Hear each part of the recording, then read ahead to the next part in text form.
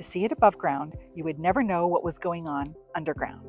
We're uncovering the secret to America's most important effort to prevent nuclear war on this segment of Ms. World Traveler Explores Tubac, Arizona.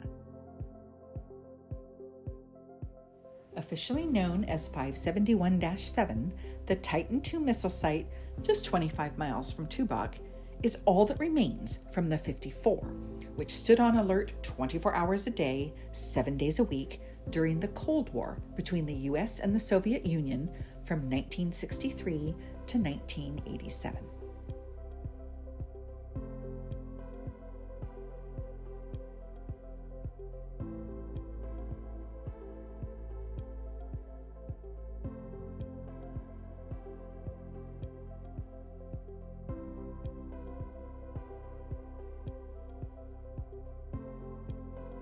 So we're now in what's called the access portal. Came down the stairs, so we're on level 2 now.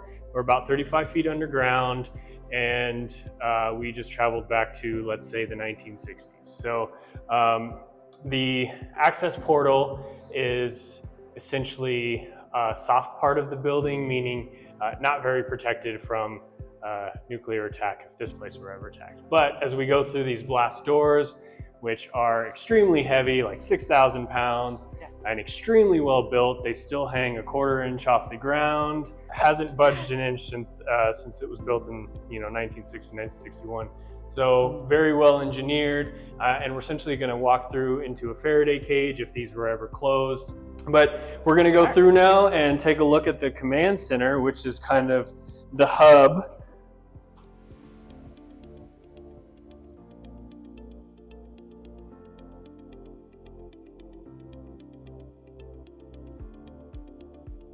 Okay, we're in the command center now. So you would have crews of 4 on alert. That's what they called their shift, a 24-hour shift. Crews of 4 on alert 24/7. And then after their 24-hour shift, they would go back to the base and get replaced by a new group of 4. And you would have someone on communications, which are these panels over here, someone monitoring the processes of the silo and the missile on those panels. And then you had deputy crew commander and crew commander there. Might as well take a seat and talk about. Do I get to be the crew commander? You could be the crew commander. Yeah. Okay. Talk about why this place was built and what they did, what their job was. Okay. I know nothing I touch is gonna do anything, so. That's right. You can't actually launch the missile, but we will pretend here shortly. So the Titan II missile program started in the 1960s and basically replaced the Titan I missile, which was a missile that had to rise up. It was in a silo, but it had to rise up out of the ground. The fuel could not be stored on the rocket itself. So it was a much slower process, much more expensive process. And so a lot of lessons were learned from the Titan I missile program. And as the arms race with the Soviet Union kind of came to its height, the Titan II was the most effective weapon we had. The United States and the Soviet Union kind of operated under this mutually assured destruction mindset, which is MAD. That's the acronym, but also the definition. It's a crazy place. It's a crazy policy, but it was effective. The crew that was down here had a mission, and the mission was peace through deterrence. So their efforts, their job, their service, their career in the military was based off of keeping the peace. And it was a lot of effort and a very dynamic weapon system in order to do it. But keeping the peace through that MAD policy, through that mutually assured destruction ideology, was effective. So veterans in the missileer programs are very proud of what they did. And I think as United States citizens and even just people of the world, while it's a very scary tactic, as you can see with history and culture of the Cold War, it was effective and they did keep the peace. And this weapon here that you'll hear me kind of spout facts about and how destructive it was and everything is all designed so that we were able to instill in the mind of our adversary, which at the time, the Soviet Union, we instilled fear so that they would never launch their missiles at us. So the country was protected because of what these people did. You're sitting at the front lines of the Cold War. This is the most effective weapon we had to defend our country at the time.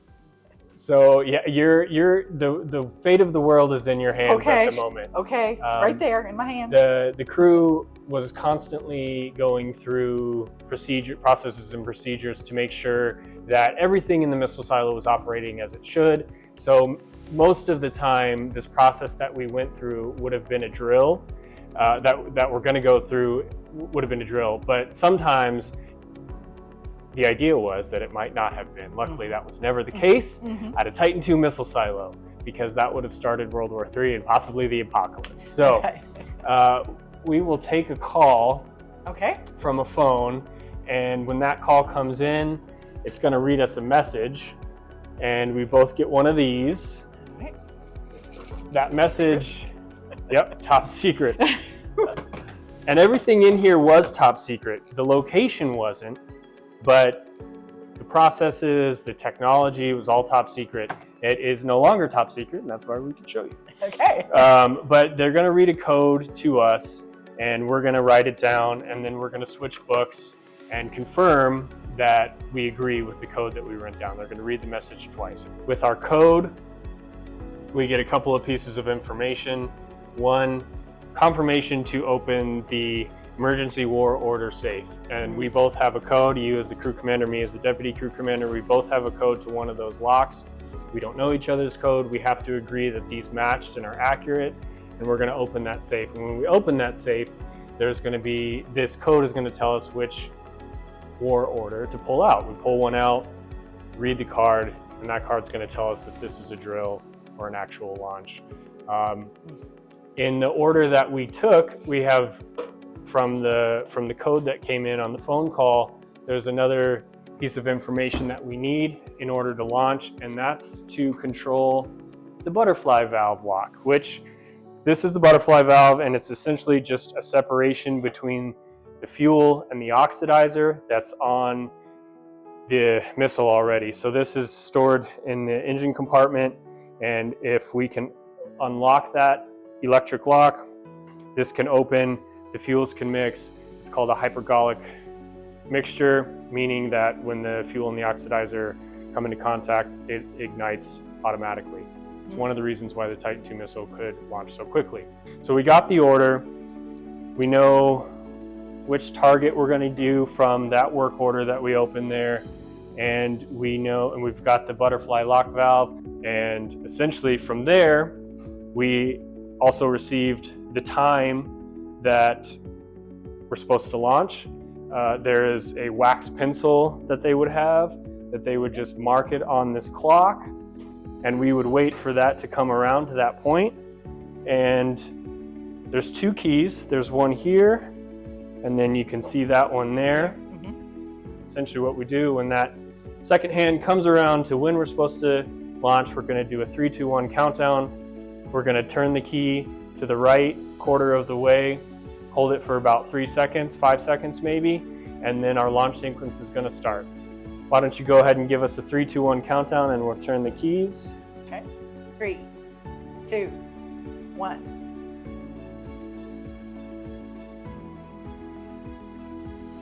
Okay, you can release.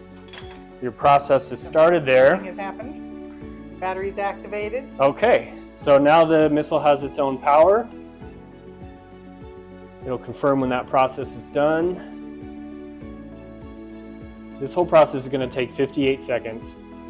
And by the end of this 58 seconds, there's a 9 megaton nuclear warhead launched out of this So somebody silo. maybe had a handkerchief here to... Oh yeah, this is a very intense moment for sure. Sure. Silo soft is going to mean that the giant door above the missile is completely open, and it's going to go quick now. Guidance go. It knows its direction now by itself without being attached to the missile silo. Okay. That means that there is fire in the missile silo, Okay. and now it is blasting off into space. It's going to travel 30,000 miles in about 30 minutes, and that's fast. Yeah. It's top speed at 16,000 miles per hour. It's a suborbital space flight over the North Pole and to its destination, target 1, 2, or 3. We will not know as a crew what those targets are. Those are classified. It dehumanizes the act that we just did a little bit. And those targets are probably the only thing that's still top secret about this missile silo anymore, because those were never designed to be disclosed. After we launched, our orders now are to wait and receive more orders. So our job is essentially done. So 25 years, somebody sat here, ready, waiting to do this. Exactly, yeah. Nonstop. Nonstop. That's amazing. And once you do it, then you just sit and wait, and because there's a blast coming. If we launched, they've already launched. Yep. And so this very well could be a target. This is a facility that can withstand a nuclear attack unless it's a direct hit or a nearby hit, because that just kind of scoops out the earth, right? So there is a lot of really intricate engineering that went into constructing these to survive a nuclear attack. For instance, we are not attached to the walls right now. We're actually hanging in the air. This is a 3-story building that we're in right now under the ground, and it hangs from these giant springs that you'll see all the way around the building.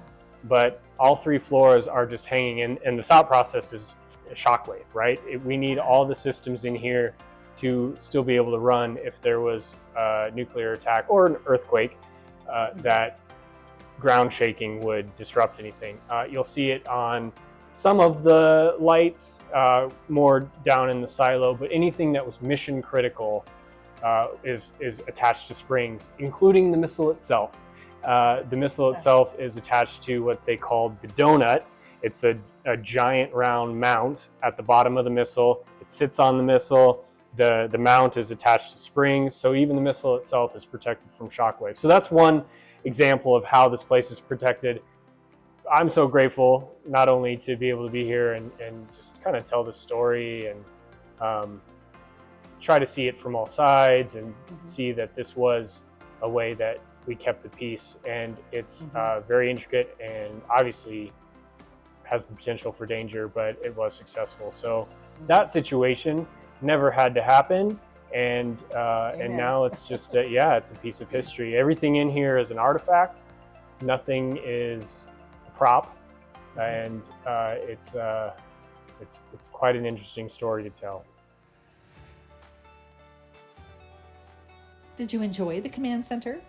Just wait until you see the actual missile silo. It's coming up on the next segment of Ms. World Traveler Explores Tubac, Arizona.